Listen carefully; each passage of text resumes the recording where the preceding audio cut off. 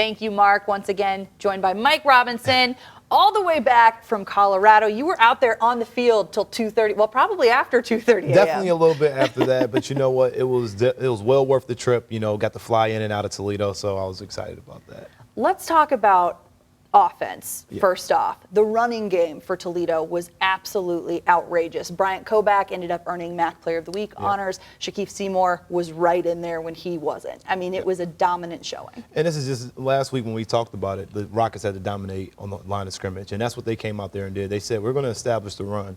There was times in the game where the Rockets just could not get the ball moving at all. You know, it was just kind of like tough sledding with no snow. You know, but they finally just kept pushing and pushing and pushing. After all the penalties, then they was able to get some offense going in that second half.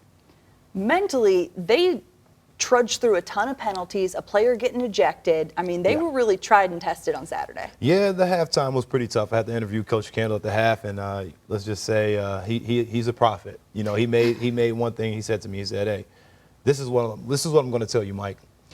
We're going to come out, we're going to score the ball, and that's just what's supposed to happen." And he walked into the locker room. He came out, and they scored the ball on 3 plays. So fast that I was coming down the elevator. I couldn't even get to the field before they scored the first touchdown. And then I'm jumping ahead of myself already. And then CSU, they finally jumped ahead, and they scored after 3 plays as well. And then that's when all the fireworks happened in that third quarter. But the adversity that you got to fight through that, the penalties, having 100 yards of penalties in the first half, that's got to be frustrating because you can't get any rhythm. So once the offense finally settled in, you could see that Mitch Guadagni wanted to run the ball a little bit. Kobach was holding it, and then now you just see big Bryce Mitchell catching deep balls down the middle of the field. The offense was clicking. Everything that Coach Kendall wanted to do, he was able to do besides slow down the other team. Speaking of that, 694 yards they gave up on defense. They did pull out the win, so that kind of overshadows it a little bit, but what do you do? Well, you got to correct it. I mean, because everyone's going to see the film and say, hey, how did they give up these yards? You gave up a lot of underneath routes.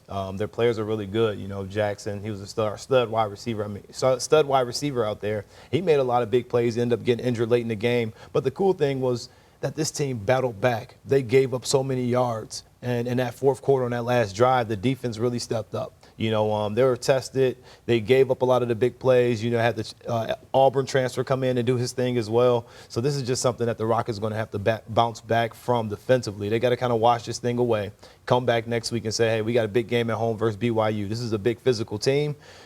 Try to get healthy and come back and do it because that was a late game as well. So I think that kind of affected defenses a little bit as well, along with the offense, because when you're on the field that late at that altitude, and it started to rain, you know, and then it was just chippy all game, you know, and those penalties just really hurt us because you had stupid penalties where you're just getting ticky-tacky and you lose one of your best players in Terrence Taylor.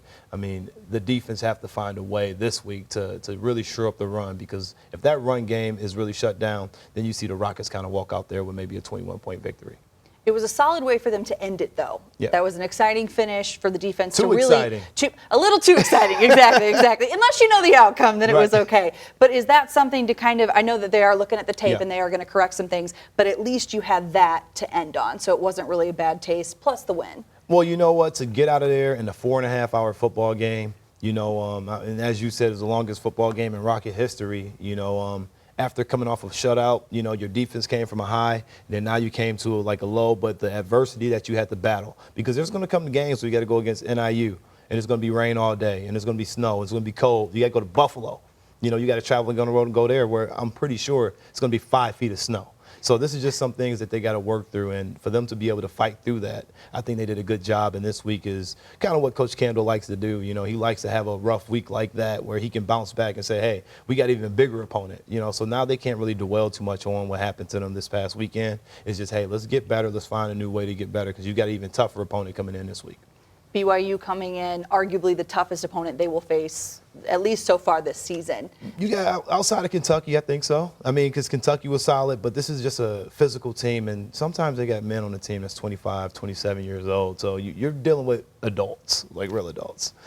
And they've had some very close games. They've had a very tough schedule up until this point, plenty of ranked opponents. Yes. They've had 2 wins, one in double overtime, one in overtime, both by 3 points. So when it comes down to the wire, they've proven they can pull out the win. Yeah, and they can play. You know, this is a football club that's not going to come in here and just roll over for the Rockets because we're at home and we're going to have a lot of fans. Hopefully we got a lot of fans in the crowd. Last time that was awesome.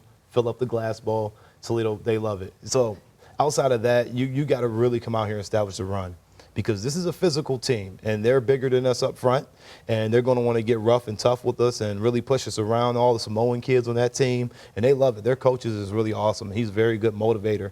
And this team, last time they came in the Glass Bowl, gave the Rockets all they can handle and actually got the dub.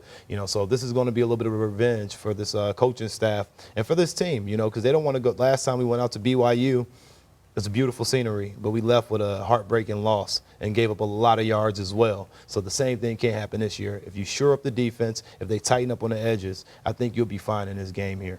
And offensively, you think we'll be all right? I think you'll be good. I mean, you see Brian Koback getting Player of the Week, and you see how the offensive line, a lot of changes up front for the O-line. You saw Coach Kendall and his staff really rotate a lot of different players. The energy on the sideline was a little bit different this week. You can see they're really locked in and focused, and to be able to rotate all those players in the game, get Shaquille Seymour finally going, get the run game with Koback, getting all those yards. This is what's going to really have this team rocking and rolling this week, is using Mitch Guadagni safely like they did this week. He did a lot of good things. He slid. He got down. He didn't take any unnecessary hits. He got hit a few times, but that's just football. He's a football player. You can't tell a football player not to be a football player, right? And so as the season goes, you're going to need to count on him, and you got to get Carter Bradley in the game as well to get some snaps, because he's just as valuable at the quarterback spot as well. Some people say if you got two quarterbacks, you have none. I think if you got two quarterbacks, you're in a good business. All right, thank you again, Mike Robinson, for joining us. UT kicks off against BYU this Saturday at noon from the Glass Bowl. Mark, we'll send it back to you.